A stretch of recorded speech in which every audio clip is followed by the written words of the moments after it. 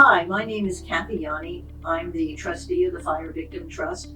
I'm here today with Tim Jorstad, who is our Chief Financial Officer, and we're going to give you a report on the result of the audit, which was just posted to the website, where we are on claims status, and our plans for the remainder of the year. The first piece of this that I'd like to address is where we are in resolving claims. As of the end of April, we have issued determination notices on 96% of all claims. We have actually reviewed almost 100% of the claims, and for whatever reason, that last 4% we are trying to resolve. So by the end of the year, we will have, our goal is to have everything completely resolved with a determination notice. I can tell you that we have reviewed almost every claim that we have been presented with. In total, there are 240,000 different types of claims that we've reviewed, and of those claims, we have touched almost every one. And as of the end of April, we have paid claimants $9.1 billion. That's at the 60% pro rata rate. That includes every claim type that we have issued. We're working hard to resolve the remaining 4% of the claims, as I just said, so that we'll have awards on every single claim by the end of the year. For 2022, I'm pleased to report that once again, the financial statements of the trust received an unqualified opinion. What that means is that the financial statements maintained by the trust fairly present in all material respects the assets, the liabilities, the income and expenses of the trust for 2022. Highlights of the financial statements during 2022. The trust ended the year with $7.6 billion worth of assets available for claimants. The trust paid $4.3 billion in claims, and the trust incurred about $96 million in administrative expenses.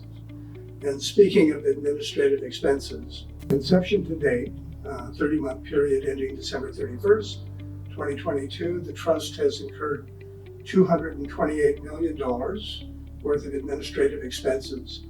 So based on a $13.5 billion fund, that represents about 1.69% of the fund, which, as I understand it from research with other trusts, is a very low number. In most settlement programs, so not only bankruptcy programs, but class action and multi-district litigation programs, the general rule of thumb for trust administration is somewhere between 3% and 5%. So we're very proud of the fact that we are at 1.6%. And Tim and I and other members of our team work very hard to keep those administrative expenses down.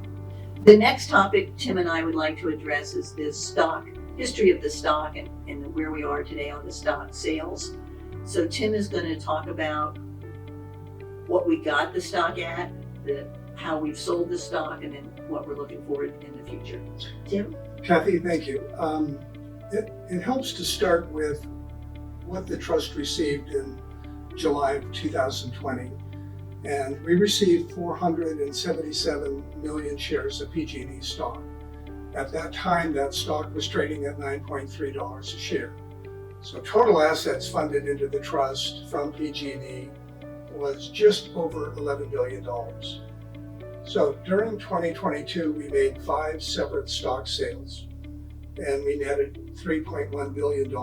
The stock has continued to improve in terms of price, and we made 2 other sales in 2023, one in January to fund the increase in the pro rata payments from 45 to 60%, and then in April we sold another 60 million shares.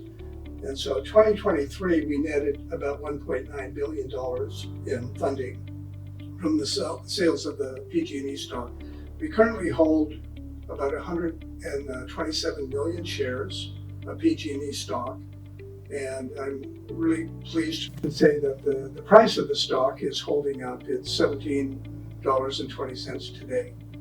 So we're optimistic that we are coming from $11 billion worth of funding in 2020 we're going to get the full $13.5 billion worth of funding that the creditors of the bankruptcy trust negotiated with PG&E.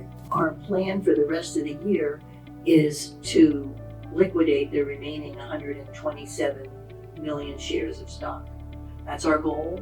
We hope the stock price stays strong, as Tim has said, and we feel that this is really going to help the fire survivors. I know a lot of you are concerned about what the ultimate pro rata share is going to be and when are we going to issue another pro rata increase. And I want to address it's a complicated situation on raising the pro rata, because we have to, pursuant to the bankruptcy laws, we have to pay everybody the same amount pro rata. And remember, we still have 4% of the claims that have been undecided at the moment. There's also a group of claims that have not been accepted. We've issued an award, but the award has not been accepted. So I'm going to have Tim address the components of what we need to see and where the risks are involved in raising the pro rata. Thank you, Kathy.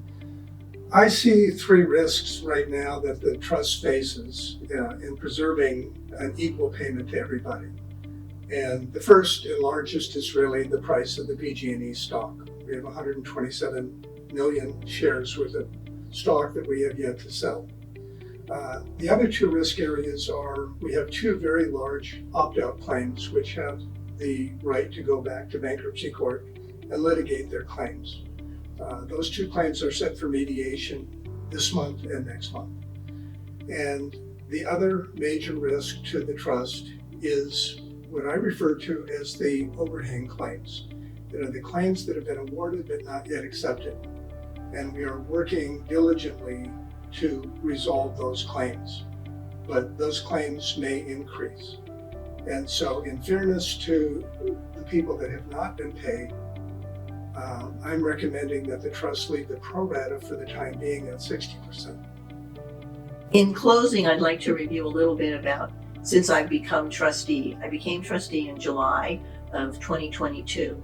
At that point in time, the trust had awarded 67% of the claimants a notice with an award in it.